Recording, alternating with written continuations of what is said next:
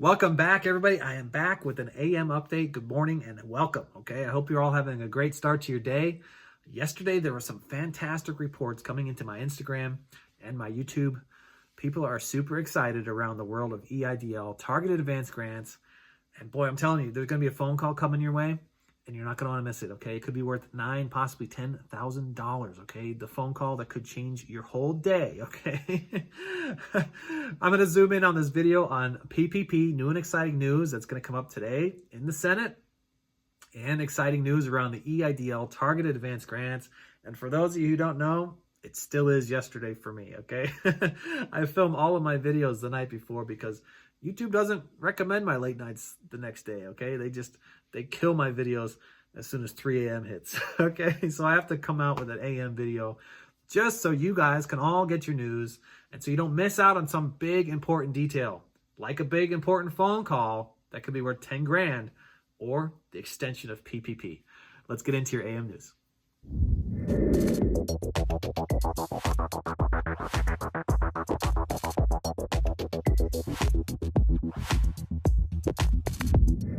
Hello, everybody, and welcome back. I am Edward Bilder. To all my loyal subscribers, welcome back this morning. I'm going to talk about the targeted advance grants, and I have big news around the PPP deadline extension, okay? Ben Cardin spoke out yesterday, okay, that today will be a Senate hearing to make that big decision as to whether or not they're going to extend the deadline to May 31st for the PPP program. This is huge, okay? They announced some big things yesterday, okay? Chuck Schumer really needs this bill to pass as is, no amendments, okay? And I mean, there's a ton of bipartisan support around this. I think it was like 415 to 3 is what the vote was in the House. That's pretty huge. It's like practically unanimous, all right? So we're hoping to see the same exact thing happen in the Senate because on Friday, Thursday is the last day that the House will be here until April, okay? And if this thing doesn't pass as is and there's any amendments, chunked in there, guess what? It has to go back to the House for another vote. So we actually don't want that to happen. That would be against all of our favor right now because we need this to pass. The deadline is currently March 31st. And that's next week, okay? That is next Wednesday will be the last day. So we need it extended. Ben made another big announcement yesterday that there is approximately $550 billion sitting in the Paycheck Protection Program liquidities facility. That's the PPP-LF that's sitting over at the Federal Reserve. That's like the big box of money where they keep all the money inside the Federal Reserve and they just put a big PPP on the door, all right? All that money is sitting back there, $550 billion of unclaimed funds. How is that possible? I know, right? Your mind is just blown this morning. I hope you didn't spill your coffee, okay? So there has been money left over from the previous round that ended last year in 2020, and all that money carried forward. Now, I've been tracking this, okay, and what I believed, there was approximately, I don't know, last time I counted, it was like $190 billion left in there. Apparently, it was a lot more, okay? It was a lot more than $190 billion. I know roughly $800 billion went to the program total. Maybe $820 billion went to the whole program total. And he's saying there's $550 billion sitting out there. Whew, man, that's crazy. I hope he's true. I hope that's right. I hope he's true because that could help out a lot of small businesses. Now, I know I was complaining that only $7 billion came in the American Rescue Plan headed towards PPP, and it's because they're pretty flush right now, if you ask me. Okay, so what are you waiting for? Get out there and apply. Don't waste any time. Check out this 4-step video right here. PPP, it's 4 steps to $40,000, okay? No credit checks here, right? And you could qualify for up to $20,000 per draw, equaling $40,000. No credit checks, all right? No credit checks.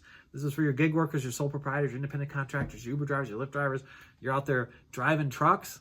Man, I just had a bunch of calls just the other day, a bunch of truck drivers saying, how do I get my hands on this PPP, okay? You're not going to want to miss this. You're not going to want to miss this opportunity. It may never come again. This may be the last thing. And it's, by the way, it's forgivable, right? Forgivable money that once you say you spent it on eligible expenses, you don't pay it back. It's free. Awesome. Awesome. So we want that deadline extended to May 31st. May 31st, plus an additional 30 days to keep processing the loans. For everybody out there wondering, last day to get the application in will be May 31st if it passes in the Senate, okay? If it passes in the Senate, then the president obviously has to sign it into law. And then that extra 30 days is all behind the scenes. It's basically, if anybody's left in limbo, the SBA could keep processing and sending the money, okay? So you won't be able to apply after May 31st. So what are you waiting for? Get out there and get it done, okay? Everybody remember, #RetroPPP. #RetroPPP is to remind senators like Ben Cardin that you are upset that you are not able to go and change your net to your gross, okay? Net, everybody out there who applied before March 3rd for the PPP program under Schedule C was only allowed to apply with their net income, line number 31. And now they found these new rules off the edge of the desk behind a filing cabinet somewhere that said, oh yes, by the way, Schedule C filers could use line 7 gross, the big number at the top, not the little number at the bottom. Man, so if you're on the ball, you missed this opportunity, okay? And what's even worse, the SBA said, sorry, Charlie, you can't fix this. You can't amend it, right? And I think it's because the deadline's on March 31st, all right? I think it's because the deadline's on March 31st, because they allowed Schedule F filers to go and apply a second time. If you got your draw number 1, before you went to get your draw number 2, you could go back and apply again for the balance of your net to your gross, all right? Just apply for draw number 2 twice, balance of net to gross, get that money, spend that money, and then go apply for draw number 2 once that money's gone, all right? I'm telling you, they're going to have to allow this to happen for Schedule C filers. It's only fair, all right? So #RetroPPP, everybody. Let all your senators know we're going to need to see this in the infrastructure bill. We may not see it. We may not see it voted on tomorrow, okay? Or sorry, today. We may not see it voted on today because that bill is already written and we can't have any amendments to it, all right? So we're going to need to see it in an upcoming bill, possibly the infrastructure bill, all right? So remind your senators, let's get this done, all right? Let's get this done. We want to net to gross. We want to be able to go and apply again. Okay, #RetroPPP, everybody. If you haven't already done so, you can support the channel by tapping the old like button. I know you already did, okay? But if you haven't done it yet, touch the like button, okay? Every time you touch the like button, you really help me out here on the channel, and YouTube recommends this video to more and more people. You can also share me in your Facebook and your Twitter, and join me on other videos where I discuss building wealth strategies through passive income, royalties, the stock market, and real estate. You could hit the notification button to get alerted to when these videos come out. So the question I have for everybody is, did you get your phone call? Was it maybe from Washington, D.C.? That's right. Those transcripts from the IRS are finally starting to land at the SBA. Statuses are changing. I know everybody's going to pause the video. They're going to run. Go ahead, run out, check your portal. Come on back because I got more to tell you, okay? Go check your portal, see if your status has changed to approved. But chances are many applicants are getting a phone call from the SBA. And I know everybody's screaming, oh gosh, it's scammers. They're trying to steal our money. But if you recall, you had to put your phone number in the targeted advance grant application because it specifically said, we may call you to verify your identity, okay? And yes, they are calling you to verify your identity. You're going to want to answer this call because it could be worth $10,000, right? Or it could be worth $9,000, or it could be worth $7,000, whatever that balance is, up to $10,000 of your advance grant, whatever's left over, you're going to want to answer this phone call, okay? And I have people joking who screen calls and they're like, I didn't even set my voicemail up. They will leave you a voicemail. Yes, they will leave you a voicemail, okay? Special shout out to Andy Davis. Thank you so much. Special shout out to Kimberly Annis. Special shout out to M. Grushik. You guys are the all-stars of the evening tonight, okay? Because they've been communicating with me quite regularly here on this response of what's going on, okay? Andy Davis said, yes, they will leave you a voicemail. Yes, he knows for a fact it was them. He got a .gov email from them, from the SBA.gov. And the questions they asked, I know everybody's like, my Instagram's blowing up. What are they asking? What are they asking? We need to know what they're asking. Okay. Here's what they're asking. They're going to ask you for your last 4 digits of your social security number. Yep. Okay.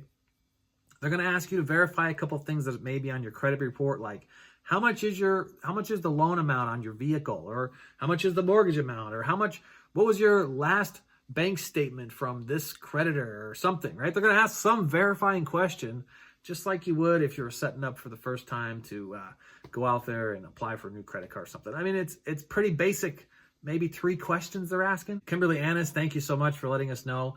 Kimberly Annis has an LLC, and they called to ask her if she could write up a certificate of stating that she is the responsible party. Okay, so you may see something like that to verify who the register is, who the responsible party is, who is supposed to get the funds, okay? But so far, everything is moving through smoothly, okay? Another special shout out to Chris Herrera, who gave us a timeline here. 2/3 applied with the first email, 2/23 got the second email, 3/23 approved status for $9,000. No phone call, okay? This person did not receive a phone call. No money in the bank yet. I've been asking I asked all these people if they saw any hard hit to their credit. No hard hit to their credit. So what they're seeing, they're getting a phone call. Some people are getting a phone call. They're confirming the amount that they're supposed to get, asking them verifying questions. Then they are followed up with an email that confirms that they've been approved from an SBA.gov, and then they check their portal, and their portal also says approved. Okay, so go check your portal. Maybe it says approved already. Go check your voicemail. Go set up your voicemail, okay? Do something to make sure you get that phone call, okay? And I'm going to ask one favor of all my viewers right now who are tuning in. Do not share this phone number on the comments, okay?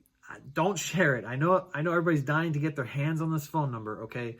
But this is a very specific phone number designed to verify the ID and send funds, okay? And if we share this phone number, I guarantee it will be flooded with tons of people just blocking them, okay? Just clogging up that phone center, and it will slow this process down, okay? So be patient. Wait for yourself to get the phone call, and do not share it, all right? If I see it in the comments, I will remove it, okay? I don't want it shared on this channel. I'm sure somebody else is going to leak this phone number, but I don't want it to be from us, okay? We're trying to help everybody on this channel. Keep the ball moving as fast as possible. You're going to want to get the phone call, and you're not going to want to clog up their end with phone calls going inbound, okay? So I appreciate everybody out there who helped us out thus far. And I thank you to some of the members who shared the phone number with me on my Instagram, but I'm not going to share it for everybody this evening, okay? Now, I did have an interesting comment come in tonight. People are wondering if anybody has been denied for the Targeted Advance Grant, all right? They're asking if you went through the application process, submitted all your data, submitted all your information, submitted your 4506T, and instead of seeing the approved status in your portal, they're wondering if you see a denied status in your portal, okay? Please come forward. Let us know in the comments. Let us know what possibly might have happened, and let us know if there is any chance that you can appeal that denial, okay? I mean, there might have been a question you answered wrong, or maybe there wasn't a 30% reduction proven. Something, okay, could trigger a denial. And we're just trying to see if there is any reason for denials out there, and if there is a mechanism to appeal it, right? To change the denial to an approved through maybe reconsideration or something, okay? Let us know in the comments. We appreciate each and every one of you. Remember, leaving a comment enrolls you into my next giveaway, because when I hit 20,000 subscribers, I'm giving away $500. To be eligible, all you got to do is have your comments in and be a subscriber, and I'm picking one lucky comment at random. I just did this 2 Saturdays ago, helped out a family in need, randomly selected them, and it made their day, okay? Take some of this stimulus money, and it's time to start changing your future, okay? Start a business. I'm constantly looking for new partners and investors in my B&Bs and short-term rentals. You could find me on Instagram if you want to talk more about that. Or you could get out there and invest in platforms like Webull or BlockFi. Webull wants to give you 2 free stocks valued up to $1,600 each after you deposit $100 into the platform. And BlockFi, deposit anywhere between $50 and $250 to secure your cryptocurrency, and you could earn like 8.6% on that. That's pretty huge, all right? And if you bring over $250 worth of crypto, they're going to give you $250 worth of crypto. I think that's pretty awesome. It's like a sign-on bonus. I use these platforms each and every day. Check this out. I recommend Webull every day to my friends. I just click 2 buttons and I put it on my Facebook. And every time they sign up, I get 2 free stocks. And I mean, I'm telling you, every month I have about $2,000 worth of stocks. Look at all those stocks I got. I just got 6 more this morning. And if I don't like these stocks, I just trade them in and get whatever I want. Okay, that's going to do it for today, folks. If you need further assistance outside of my free content here on YouTube, you can find me pinned in the top comment for a one-on-one consultation. I thank you all again, and I'll catch you on the next one. Bye for now.